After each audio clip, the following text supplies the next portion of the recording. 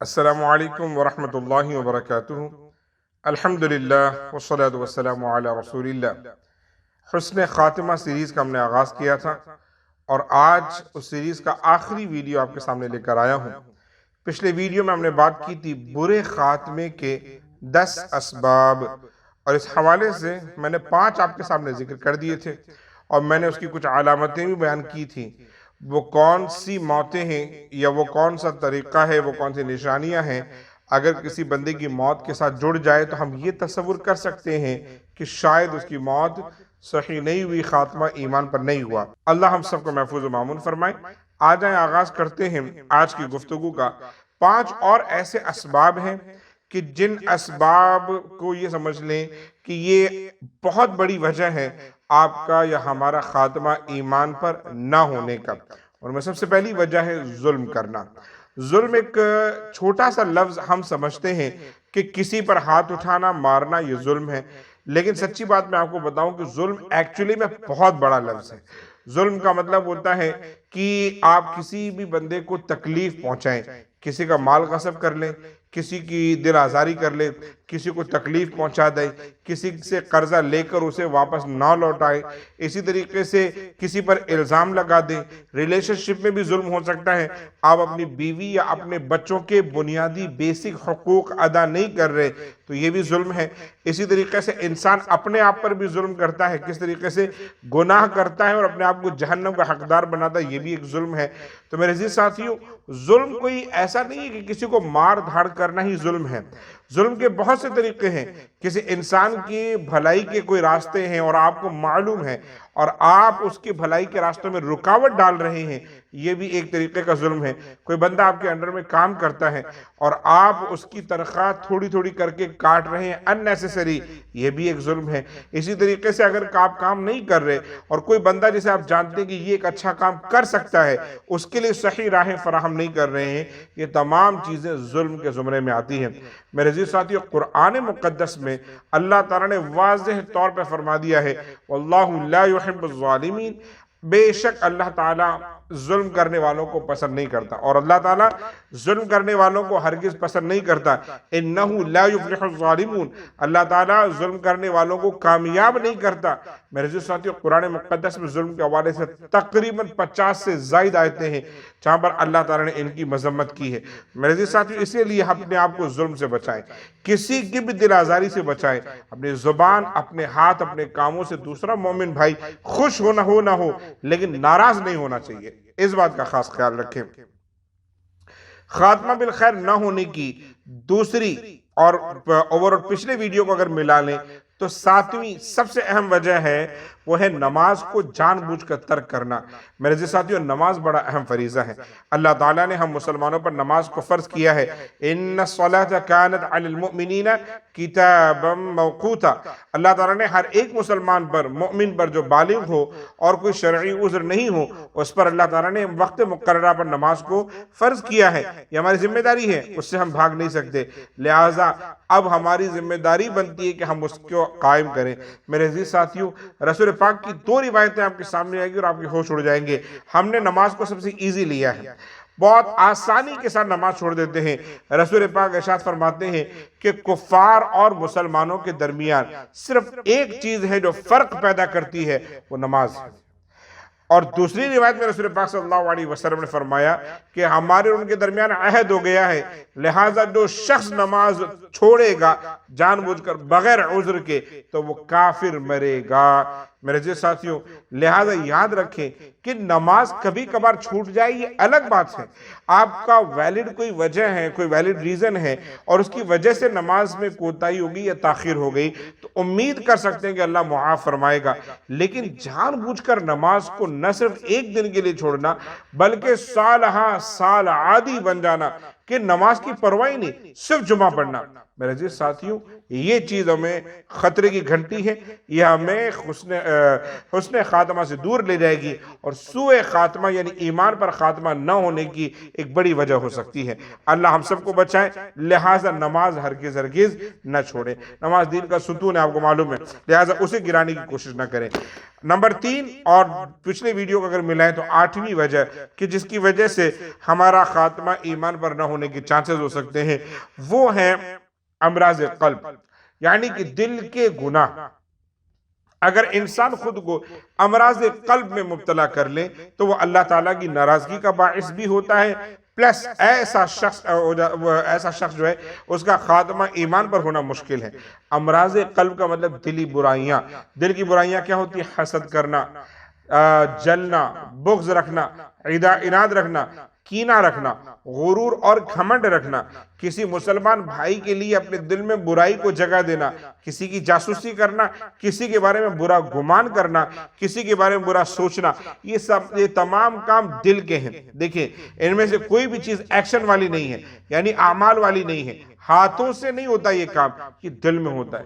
کسی مومن کو دیکھا کہ وہ کامیاب ہو رہا ہے، اچھی گاڑی میں گھوم رہا ہے، اچھے کپڑے پہن رہا ہے، اس کے بچے کامیاب ہو رہے ہیں، اب اننیسیسری کے لیے انسان اپنے دل میں بغض پال لے، عناد پال لے، حسد پال لے، کینہ پال لے، تو ایسا شخص اصل میں ہو سکتا ہے کہ اس کا خاتمہ ایمان پر نہ ہو۔ وجہ یہ کہ آپ اللہ کی تقدیر پر راضی نہیں ہیں۔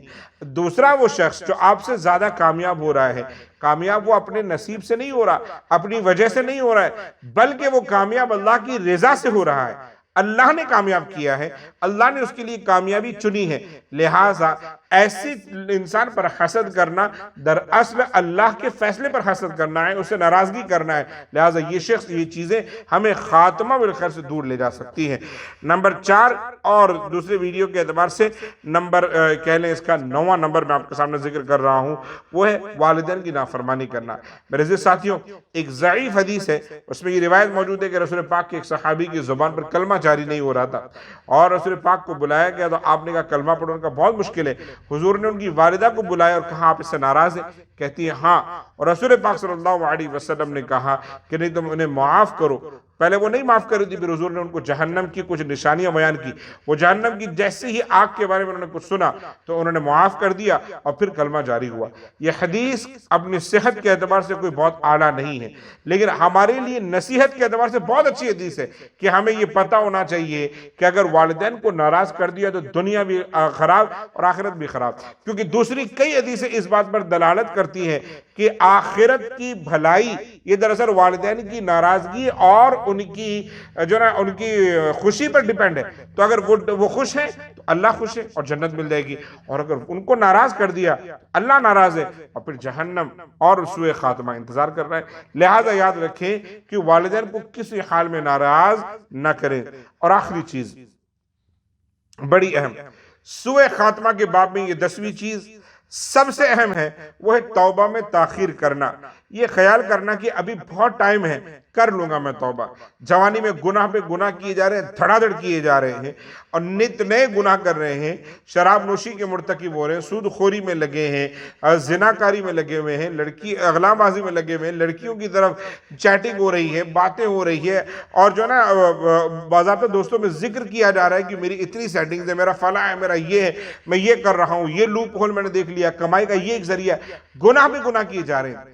اور جب کوئی انسان نصیحت کرے یا جمعہ میں کبھی جلدی پہنچ گئے اور امام کی نصیحت سن لی تو دل میں یہ خیال کیا ابھی بہت ٹائم ہے، ابھی تھوڑا سا کمانے دو، ابھی تھوڑا سا کچھ کر لینے دو، ابھی انجوائے کرنے دو، اور جب 30 40 50 60 70 کے ہوں گے تو معافی مانگ لیں گے۔ میرے عزیز ساتھیوں، یہ کس نے کہا کہ ہم 60 کے اور 70 کے ہوں گے؟ یقیناً دیکھو، توبہ قبول کرنے والی ذات اللہ کی، ممکن ہے کہ آپ کو توفیق مل جائے 60 70 میں اور آپ کی توبہ قبول بھی ہو جائے، لیکن اس کے لیے ویٹ کرنا توبہ کا یہ بہت غلط چیز ہے۔ قرآن مقدس میں اللہ رب العزت نے ارشاد فرمایا، کامیابی چاہتے ہو تو ابھی توبہ کرو، وَتُوبُوا إِلَى اللَّهِ جَمِيعًا أَيُّهَا الْمُؤْمِنُونَ لَعَلَّكُمْ تُفْلِحُونَ۔ اے مومنوں، مل کر سب لوگ کلیکٹیولی توبہ کر لو تاکہ تم کامیاب ہو جاؤ۔ اور ایک دوسری آیت میں اللہ نے فرمایا انما التوبۃ علی اللہ للذین یعملون السوء بجہالہ ثم یتوبون من قریب فاولئک یتوب اللہ علیہم، کہ بے شک توبہ تو ان لوگوں کی ہے، بے شک توبہ تو ان لوگوں کی ہے جن سے کوئی غلطی، کوئی گناہ، غلطی سے، بھول سے سرزد ہو گیا، یعنی انہوں نے گناہ کر لیا مگر اس پر وہ نادم ہے اور وہ جلدی اسے توبہ کر لیتے اور اللہ ان کی توبہ قبول فرماتا ہے۔ اللہ نے مزید آگے فرمایا وَلَيْسَتِ التَّوْبَةُ لِلَّذِينَ يَعْمَلُونَ السَّيِّئَاتِ، توبہ ان لوگوں کے لیے نہیں ہے جو پے در پہ گناہ کیے جا رہے ہیں۔ کب تک؟ حَتَّى إِذَا حَضَرَ أَحَدُهُمُ الْمَوْتِ، یہاں تک کہ موت ان کے سر پر آ کھڑی ہے، تب سوچ رہے ہیں کہ یار اب ہمیں سیدھا راستہ اختیار کرنا چاہیے۔ میرے عزیز ساتھیوں، یقیناً حضور پاک کی ایک حدیث ہے اور وہ بڑی صحیح حدیث ہے کہ آپ کو جب توبہ کی توفیق ملے، چاہے زندگی کی آخری سانس میں بھی ملے تو بھی ٹھیک ہے، انسان کو کرنی چاہیے، مگر انسان کو اس آس میں جینا نہیں چاہیے کہ میں توبہ اسی ٹائم پر کروں گا، کیونکہ دیکھو توبہ انسان کر ضرور لے پر قبول کرنا تو اللہ کا کام ہے۔ اگر آپ نے پہلے سے انٹینشن یہ کی ہوئی ہے کہ میں توبہ کر لوں گا، 60 کے بعد کروں گا، 70 کے بعد کروں گا، تو پھر اس کا مطلب یہ کہ آپ اپنے سوء خاتمہ کی طرف بڑھ رہے ہیں، بری موت کو دعوت دے رہے ہیں۔ ہم سب کی ذمہ داری ہے کہ ہم توبہ آج کریں، ابھی کریں، اسی وقت کریں، توبہ کر لیں اپنے تمام گناہوں سے، گناہ کبیرہ سے و صغیرہ سے۔ اللہ تعالیٰ ہم سب کو سچی موت، صحیح موت، ایمان پر موت نصیب فرمائے۔ آج ہم اس کے لیے کوشش کیا کر سکتے ہیں؟ what we can do، آج ہم اس کی طرف بات کرتے ہیں۔ سب سے پہلی چیز تو دعا، دعا سب سے بہترین چیز ہے، دعا سے اچھا کچھ نہیں ہے۔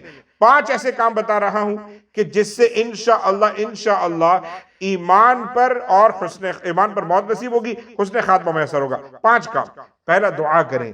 رسول پاک کی خود کی تعلیمات دعا کے حوالے سے کیا دعا ہے؟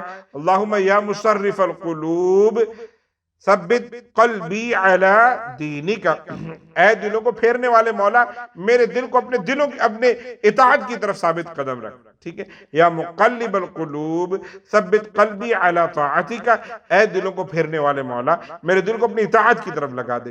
یہ دعا حضور پاک کیا کرتے تھے اور اس کا فائدہ یہی ہے کہ انسان ہمیشہ استقامت پر، دین پر استقامت رکھتا ہے، اس کا خاتمہ بالخیر ہوتا ہے۔ حضرت عمر دعا کرتے تھے اللہم ارزقنی شہادتا فی سبیلک وجعل موتی فی بلد رسولک، اے اللہ مجھے تیری راہ میں شہادت نصیب فرما اور مجھے تیرے حبیب قائد و جہاں صلی اللہ علیہ وسلم کے شہر میں موت نصیب فرما۔ تو دعا سب سے اہم ہے، اپنے لیے دعا کرے، کیونکہ اللہ بندے کی، مومن کی دعا رد نہیں فرماتا۔ ادعونی استجب لکم، تم دعا کرو میں تمہاری دعا قبول کروں گا۔ پہلی چیز دعا۔ نمبر 2 کہ جسے انشاءاللہ ہم جو ہے نا اپنے لیے نجات کا سامان کر سکتے ہیں اور حسن خاتمہ پا سکتے ہیں، وہ ہے صدقہ کرنا۔ رسول پاک صلی اللہ علیہ وسلم نے فرمایا صدقہ برائیوں کو مٹاتا ہے، بلاؤں کو ٹالتا ہے اور سوء خاتمہ سے بچاتا ہے، بری موت سے بچاتا ہے۔ میرے جو ساتھیوں، اب اندازہ کر لیں، کیونکہ اللہ نے خود فرما دیا تم نیکی کو اس وقت تک نہیں پہنچ سکتے، بھلائی کو پہنچ نہیں سکتے جب تک تم اللہ کی راہ میں وہ نہ دو جو تم سب سے زیادہ پسند کرتے ہو، اور وہ صدقہ ہے۔ پیسہ پسند کرتے ہیں، دولت پسند کرتے ہیں، وہ جب اللہ کی راہ میں دیتے ہیں تو پھر بھلائی ملتی ہے، اور بھلائی سب سے اچھی یہ کہ حسن خاتمہ ہو جائے، لہٰذا صدقہ ضرور کریں۔ نمبر 3 وہ کام کہ جس کی وجہ سے انشاءاللہ حسن خاتمہ میسر ہوگا، وہ ہے توبہ۔ لیکن توبہ تو سب سے اہم چیز ہے۔ وَمَن تَابَ وَعَمِلَ صَالِحًا فَإِنَّهُ يَتُوبُ إِلَى اللَّهِ مَتَابًا، جس نے توبہ کر لی پھر وہ اللہ کے بڑا قریب ہوا، صرف قریب نہیں ہوا بلکہ ایک آیت میں إِلَّا مَن تَابَ وَآمَنَ وَعَمِلَ صَالِحًا فَأُولَئِكَ يُبَدِّلُ اللَّهُ السَّيِّئَاتِ حَسَنَاتٍ وَكَانَ اللَّهُ غَفُورًا رَحِيمًا۔ وہ لوگ جو سچے دل سے توبہ کر لیتے نا، اللہ ان کی برائیوں کو نیکیوں میں تبدیل کر کے اللہ تعالیٰ ان کے درجات کو بلند فرماتا ہے۔ لہذا توبہ ضرور کیا کریں کبھی بھی۔ تو توبہ جب آپ اس میں باب میں رہیں گے، توبہ کی جو حالت میں رہیں گے، تو اس میں اگر موت آ جائے تو اس سے بہتر کیا موت ہو سکتی ہے۔ میرے عزیز ساتھیوں، آخری 2 چیزیں، اور ان میں سے ایک کو ہم نے بالکل اگنور کیا ہے، وہ صلہ رحمی۔ صلہ رحمی کا مطلب ہوتا ہے تعلق کو رشتہ داروں سے بنا کر رکھنا، رشتہ داروں سے رشتہ داری کو بنائے رکھنا، نبھانا، یہ بڑی اہم چیز ہے۔ اللہ نے اگر آپ کو نوازا ہے اور آپ کو دینے والا ہاتھ دیا ہے تو اپنے اس دینے والے ہاتھ کو ہرگز نہ روکے، اپنے رشتہ داروں سے تلاش کریں، ڈھونڈیں، خاص طور پر ان رشتہ داروں کو ڈھونڈیں کہ جو کہہ نہیں رہے، جو ضرورت مند ہیں، زبان نہیں نکال رہے، انہیں تلاش کریں، ان کی مدد کریں، ان کے کام آئیں۔ میرے عزیز ساتھیوں، بڑی اہم چیز ہے۔ رسول پاک صلی اللہ علیہ وسلم فرماتے ہیں اگر تم چاہتے ہو کہ اللہ تمہارا رزق بلند کرے تمہاری عمر میں اضافہ کرے اور تمہیں سوء خاتمہ سے بچائے، تو رسول پاک فرماتے ہیں تم صلہ رحمی کرو۔ سبحان اللہ، یہ بڑی اہم روایت ہے کہ رسول پاک نے کیا کہا؟ صلہ رحمی، کیونکہ آپ جب کسی رشتہ دار کا بھلا کرتے ہو نا، دعا دل سے نکلتی ہے۔